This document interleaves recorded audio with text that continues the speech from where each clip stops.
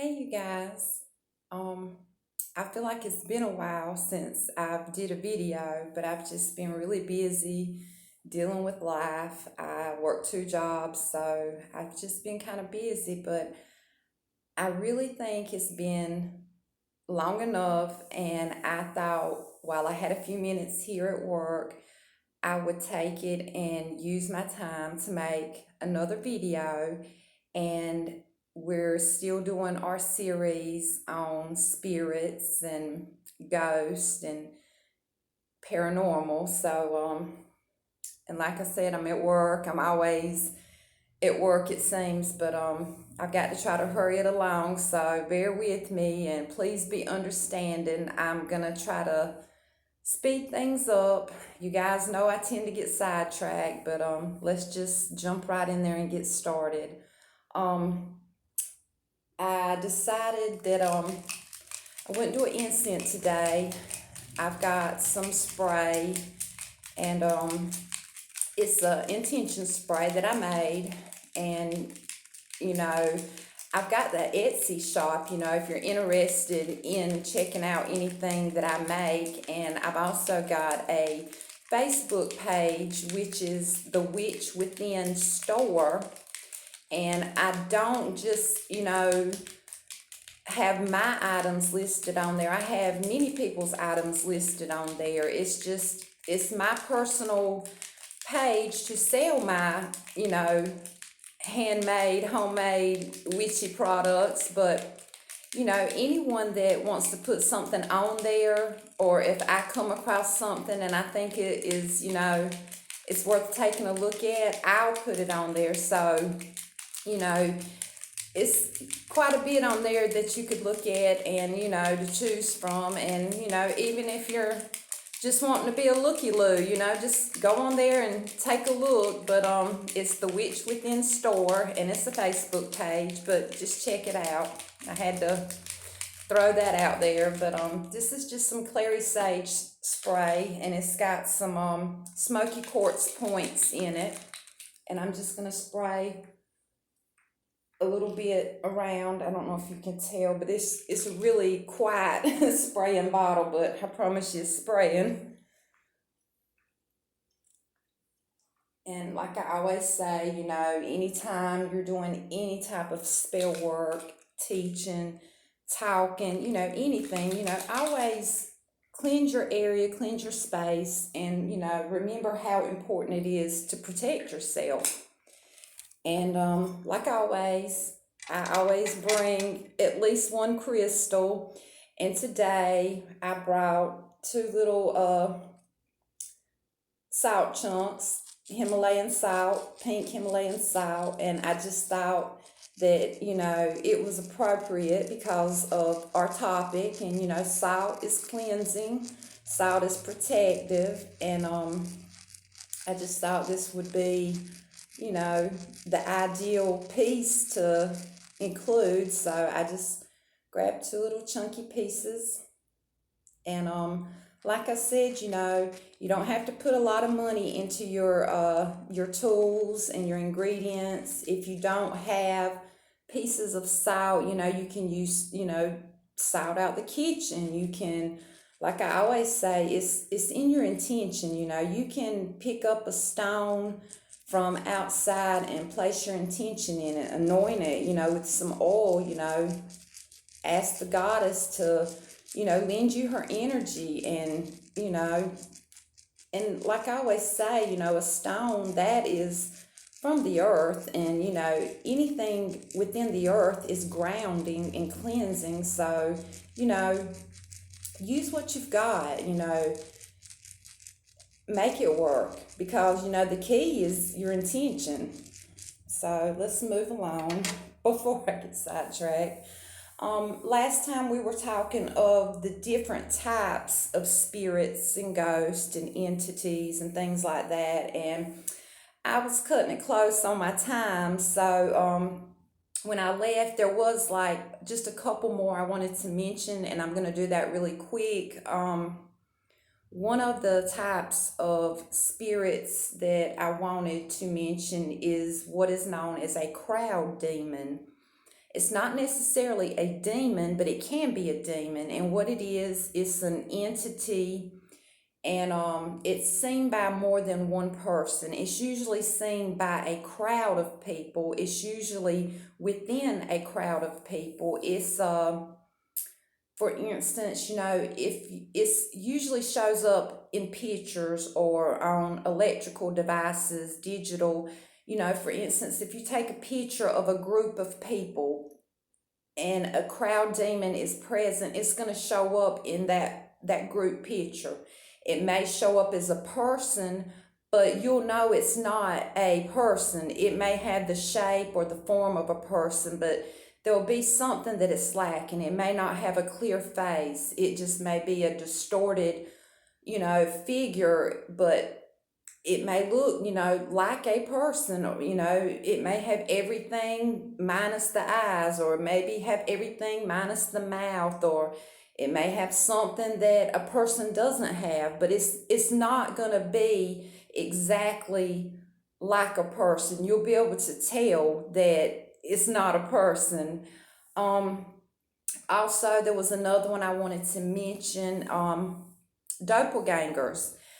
I don't know. I think it's a German term. I'm not quite sure. Like I said, I'm no expert on ghosts or anything. This is just things I've learned along the way, and I'm still learning. And one of my really good friends, I tell this friend that they're a ghostbuster because they're very, very knowledgeable in spirits and ghosts. And this friend is gifted as well.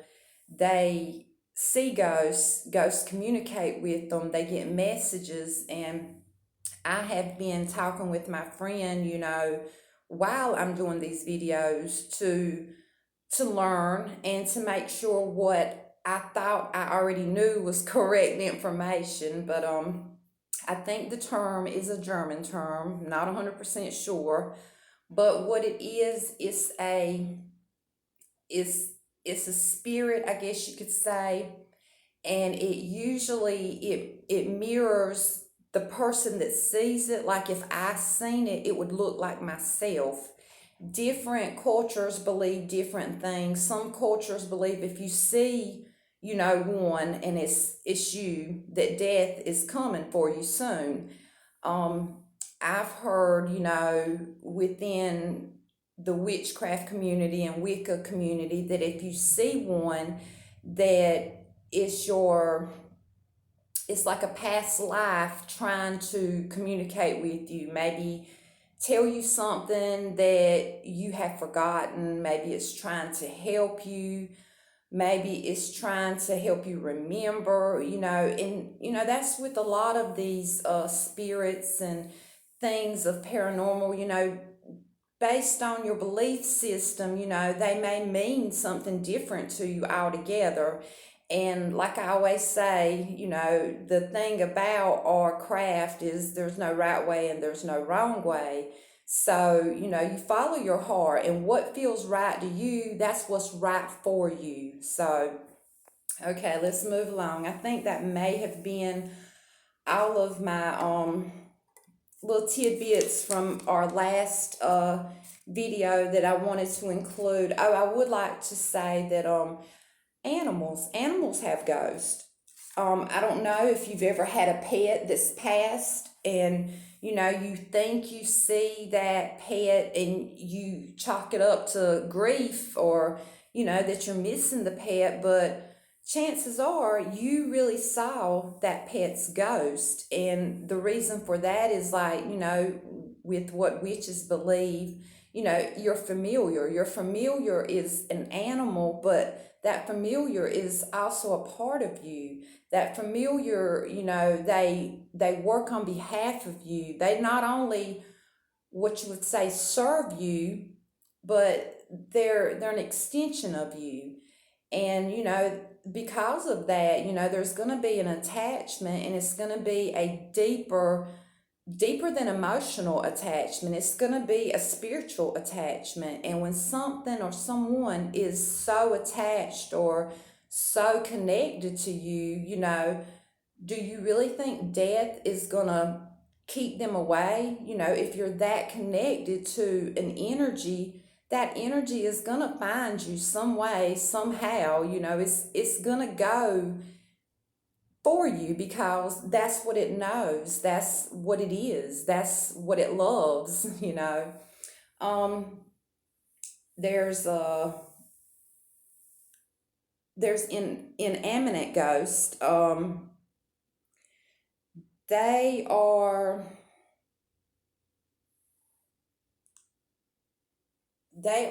they're ghosts, they're entities, but rather than be an actual, like an apparition, they are,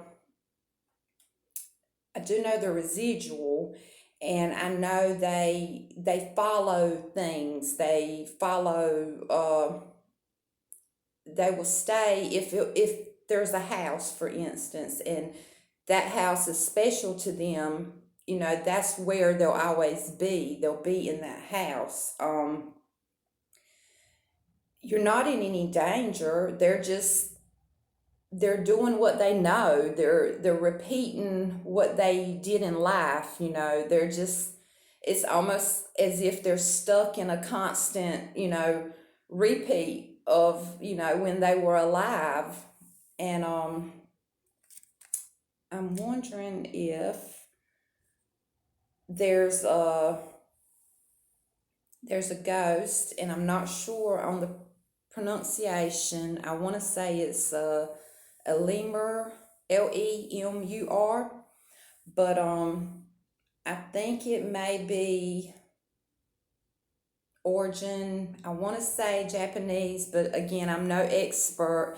But what it is simply, it's a ghost, and it's an angry ghost. It will try to harm you. It will try to destroy things. It will try to harm people. It's nothing but doom and darkness within this entity. It could have been something violent. It could have been something that its spirit feels it wants to seek revenge for, but it's nothing good at all from this. It is simply an angry ghost that wants to destroy and to harm. And if you ever come in contact with the one, you really, really need to try to get away, because it's a very dangerous entity or spirit.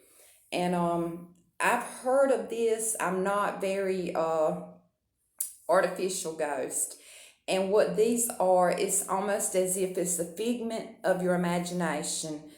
You can trick yourself into believing something. If you keep telling yourself, this house is haunted, this house is haunted, this house is haunted, even if this house isn't haunted, you will trick yourself into believing it. And you may start seeing apparitions, you may see things move, you may hear things, but it's simply you that's making you see this or hear this. It's something that I think the explanation for it was, back in the day there were storytellers, and that's what they did as a profession. They told stories, and these storytellers would keep telling these tales of ghosts, or and they would tell it over and over and over and over till somebody out there actually started believing it. And then through their belief in it, they fed it and they fed it until it came into existence. But when it comes into existence, it only exists for you. So if you have created an artificial ghost, only you can get rid of it. Only you can be free from it. And that's because you're the one feeding it. You're the one that brought it into existence. So you have to figure out a way to make it cease no more. But like I said, I've never experienced that, and I've never had a lot of experience with people that have. One person that I know that told me a little bit of an experience she had, and it was because of something she led herself to believe as a child. And that could go along with our psyche, and if you're not healthy with your mental health, negative things can happen. But that was just finishing up from our last video, and I need to move along. But I wanted to talk a little bit about ways to communicate with spirits and ghosts and things. And some of these I know you already know, but I hope there's a few you were unaware of. But first, tarot cards. There's different ways, there's different tools, but you can use your tarot cards just as you would read your cards. And let me add this too: before you do any type of communication or anything, even spell work, even if you're just going to teach anything, always take a few minutes to meditate beforehand, to clear your mind and connect, with the goddess, if that's who you choose to connect with the earth, the elements, whoever or whatever you need to connect with to do what you need to do and to do it right. Connect with them, clear your mind, connect with them, and open yourself and ask, the universe, ask your higher self to aid you, to show you, to help you along the way. And that really really makes a big difference. But like I said, that's just something I do, and I'm suggesting it to you. You don't have to do it. It's But on tarot cards, you can do them the way they're supposed to be read by the book, or you can just read them off of intuition.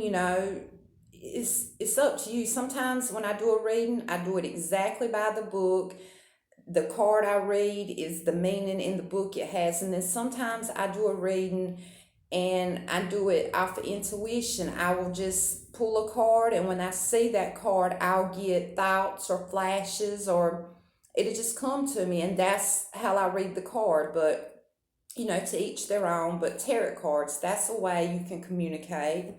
Of course, mediums, if you know anyone that is gifted or is able to communicate with spirits, you can ask them to do it on your behalf. Spirit boards or Ouija boards. And of course, I've got to show off my new little toy. My other one got damaged that my grandmother had left for me, but this is just one I ordered. It's just plain and simple. It's made out of wood. But with any new tool or ingredient or anything that you want to use, I suggest you cleanse it first, charge it, just as you would a stone or any other, tool that you would use in your spell work. Cleanse it and charge it. But, it's self-explanatory of how to, use the Ouija board. And I'm not going to get into that because some people believe that you should use it as a group. Some people believe you should never use it alone, but I have my own opinions on that, and I'm not going to get into that, but I'm just saying this is a good way for spirit communication. Or I know some people call it the pointer. Some people call it the planchette, but this is another way. This is what goes to your board that moves to show you, but of course you knew that. But you can also use this as communication, and what you do is you hold it up and you look through with one eye, and it can show you, it can, however the spirit decides to communicate with you, it's different for everyone, but this is just another way to communicate. Of course, you can go to a specific place. It could be a place where this person lived or this person died, this person worked. It's just a specific place that holds meaning to the person's spirit you're trying to connect with and reach. You can go to that place and simply, sit down and, get yourself cleared and get your mind cleared, and you can just simply call out to them. And, I know some people are more gifted than others, and they may get a response right away. And then some people may have to try and try and try, and just because you want to make communication with the spirit doesn't mean you will. It's up to that spirit or ghost, whether they decide to make contact with you. But we're curious by nature, humans. But another way is a seance, and that's simply when a group of people get together, usually in a circle at a table, and they hold hands and they keep their circle, unbroken. And there's usually a medium or someone that's leading the seance, and that's usually who the spirit will come through. That it may come through them and speak through their voice, or it may just come and bring them, thoughts, or the whole group may see an apparition, you may just hear something. Like I said, it's different for everyone, but that's another way as a seance. Meditation, just, we meditate before we do any work, but we can use meditation as our way to communicate and make contact. And, just as you always, hold your meditation and do it, you don't have to change anything or do anything special, just before you do it, I call on Goddess Hecate, for protection, and I suggest maybe you call upon someone for protection, or you call to the elements, or the powers that be. You make sure you're protected before you begin, and you can meditate, and the spirit will communicate with you through thought, through sound. You may even feel the spirit actually touch you, or you may just feel a sensation. Like I said, it's different for everyone. um Another way is a mirror. Mirrors are portals to different dimensions, and they're also portals to the spirit world. And you can, more or less, what I would call it is meditating with the mirror.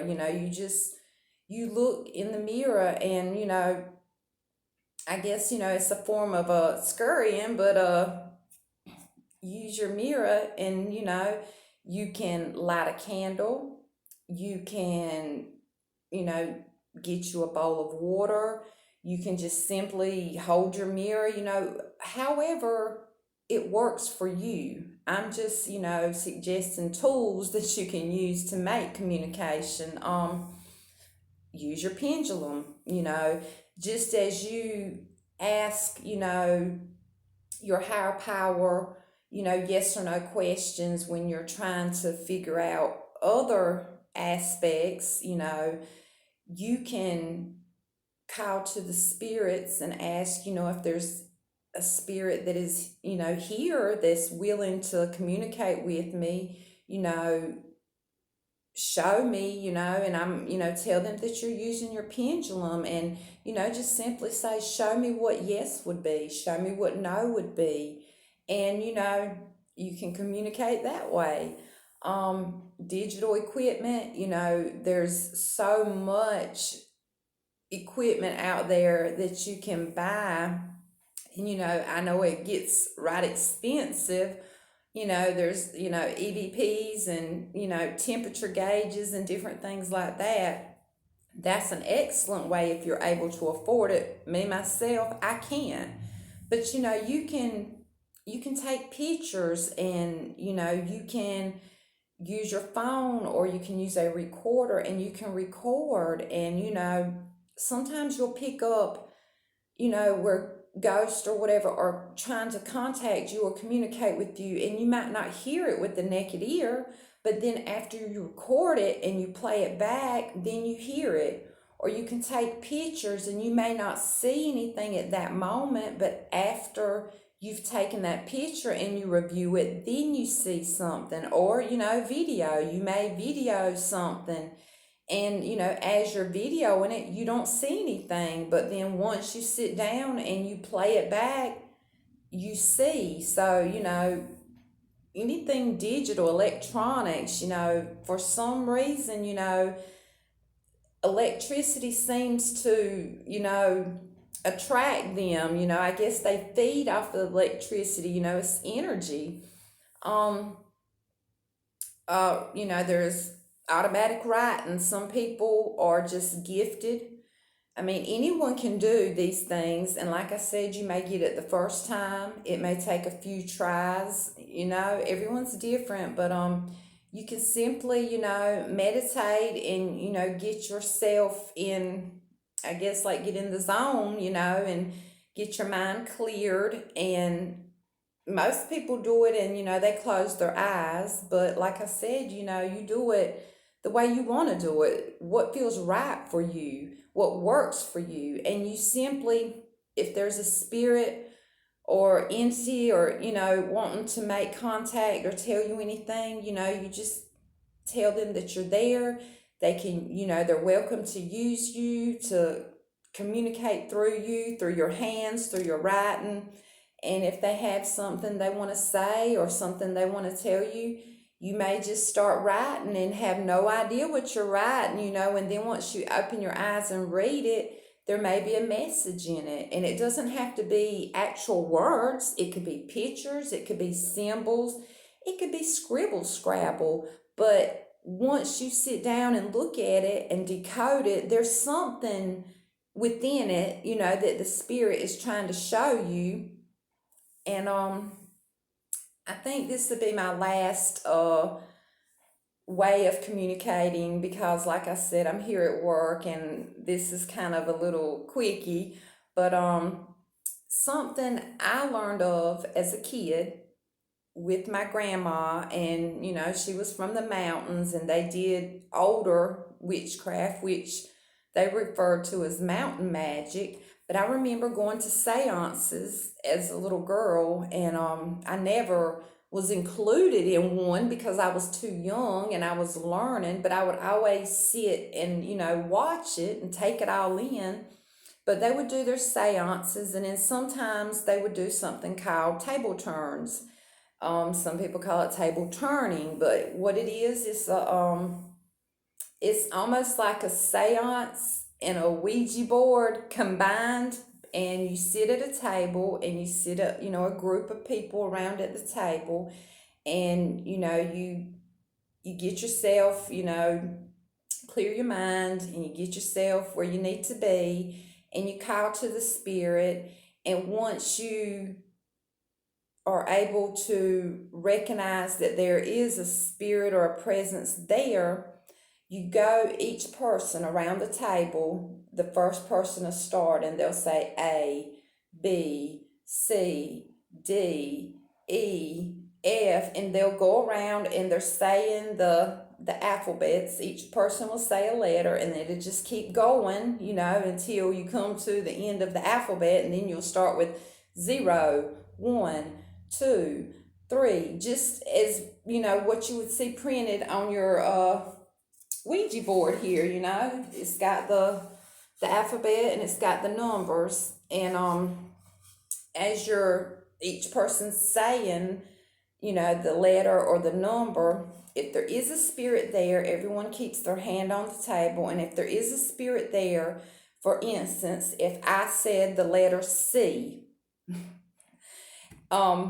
the spirit would actually turn the table toward me. It would turn it toward me, and that would be its way of letting you know that is going to be just like on the spirit board when you're spelling out stuff. If I say the letter C and the table turns to me, okay, someone needs to write down C. And then you're going around, and the next person may say A.